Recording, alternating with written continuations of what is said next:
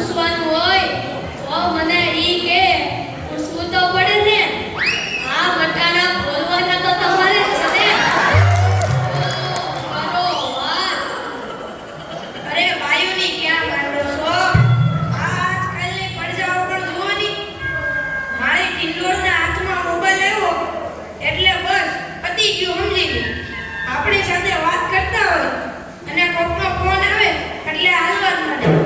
એલા આપણે કઈ ખેતરના ઉભેલા ઝાડિયા છીએ? એને મન તો આપણે એમ જ હોય. એને તો મોબાઈલ આવ્યો એટલે કદલો દુનિયા મુઠ્ઠીમાં. ધીરુભાઈ અંબાણી સોઈ લ્યો. એમાંય આ જીઓ આવ્યો ત્યારથી છોકરાઓ તો આપણો જીવ લઈ ગયા છે. અરે એનું નામ જીઓ નહીં પણ મરો એવું રાખવું જોઈતું તું. એ મોબાઈલ આવ્યો એટલે કેમેરો ગયો. એ મોબાઈલ આવ્યો એટલે ઘડિયાળ ગઈ. એ મોબાઈલ આવ્યો એટલે બેટરી ગઈ. મોબાઈલ આવ્યો એટલે ટપાલ ગઈ. મોબાઈલ આવ્યો એટલે કોમ્પ્યુટર ગયું. મોબાઈલ આવ્યો એટલે નિરાશ ગઈ. અને એમાં જો આપણો મોબાઈલ આપણી ઘરવાળીના હાથમાં આવ્યો તો આપણે ગયા. એલા આ જીઓ ઉપરથી યાદ આવ્યું. તમને ખબર છે હમણાં સુધી પછી પૈસા હાલતા હતા ઈ કોણે બંધ કરાવે ઈ ખબર છે તમને કોઈને? નથી ખબર ને? સરકારે બંધ કરાવ્યા. બીજું કોણ કરે? એ નહીં, ઈ પછી પૈસા એટલે પાવલી. ઈ પાવલી આ જીઓ વાળા મુકેશ અંબાણીએ બંધ કરાવી. એ કેવી રીતે? જો હું કહું, મુકેશ અંબાણીના લગ્ન થતા હતા ઈ વખતે આ પાવલી એટલે ઘણા બધા પૈસા કહેવાય. તે ગોરમાને ઘડીએ ને ઘડીએ કીધા કરે, પાણીની ચમચી ભરો ને મૂકો પાવલી. ગણપતિ પૂજન કરાવે ને કે મૂકો પાવલી. એક ફેરો ફરે ને કહે મૂકો પાવલી. બીજો ફેરો ફરે અને કે મૂકો પાવલી. તેલા મુકેશની એટલી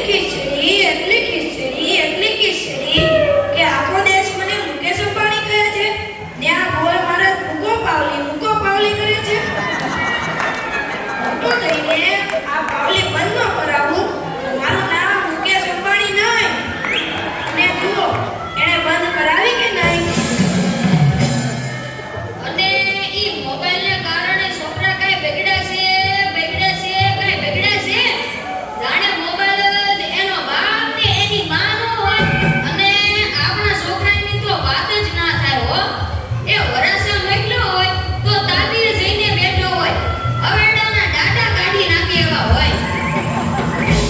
કાલે મેં ઓયલા પગલાને કીધું કે તારો છોકરો પથ્થરના ઘા કરે છે, કોઈને વાગી જશે. કહલો મને કે ઈ મારો છોકરો નહીં, ઈ તો મારો ભાણિયો છે. મારો છોકરો તો તારા રૂમમાં પાણી કરે જો. એ લાટા પાટા શણગાર કરીને સ્કૂલે મોકલ્યો હોય ને ઘરે આવે ત્યારે પલળેલ કાગડા જેવો થઈ ગયો. મારા ટીનિયાને સાહેબે પૂછ્યું કે 15 પળના નામ બોલ. ટીનિયો કે એક સફરજન, બીજું એક ચીકુ, એક ત્રીજું પપૈયું અને એક ડઝન કેળા. થઈ ગયા ને 15 ફળ. લ્યો કરો જા. અરે આપણા છોકરાની વાત મૂકો તડકે, આપણી જ વાત કરો ને. અરે છોકરાનો જન્મ થાય એટલે એની માં કે નાક તો મારા જેવું છે, બાપો કે એની આંખો મારા જેવી છે, કાકો કે એના વાળ મારા જેવા છે, હો ધર્મો કે હાસ્ય મારા જેવું છે. એ છોકરો મોટો થઈને જ્યારે ના કરવાનું કરે ત્યારે બધાય કે ખબર નહીં આ હરામખોર કોના જેવો છે.